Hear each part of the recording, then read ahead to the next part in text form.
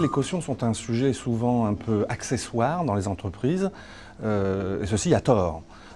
Tout simplement parce que les cautions et garanties sont des instruments très importants dans la vie économique. Dans le BTP, ils sont incontournables et de plus en plus au niveau international, les exportateurs ont la nécessité d'avoir recours à cet outil.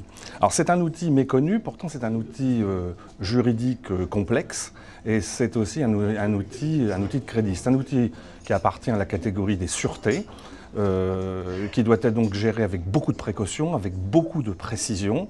Et par ailleurs, c'est un outil qui appartient à la catégorie des opérations de crédit, et donc il faut être extrêmement vigilant sur son utilisation. Donc les cautions sont des outils qu'il ne faut pas négliger. Leur suivi nécessite une documentation extrêmement précise. Il y a des risques de chevauchement. Vous pouvez avoir un empilement des encours de caution liés à des dates de validité et des mainlevés qui ne sont pas demandés. Vous avez également aussi un risque de gonflement de l'encours qui va venir éventuellement grever vos lignes de crédit auprès de la banque.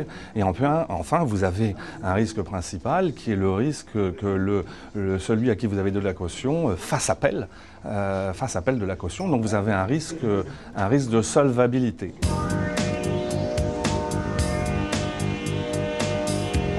Tout ceci milite pour que les cautions se reposent sur un système de gestion particulièrement rigoureux, avec un certain nombre de points essentiels qu'il faut valider, sur le suivi des mainlevés, sur le suivi des dates de validité, sur l'objet même des cautions.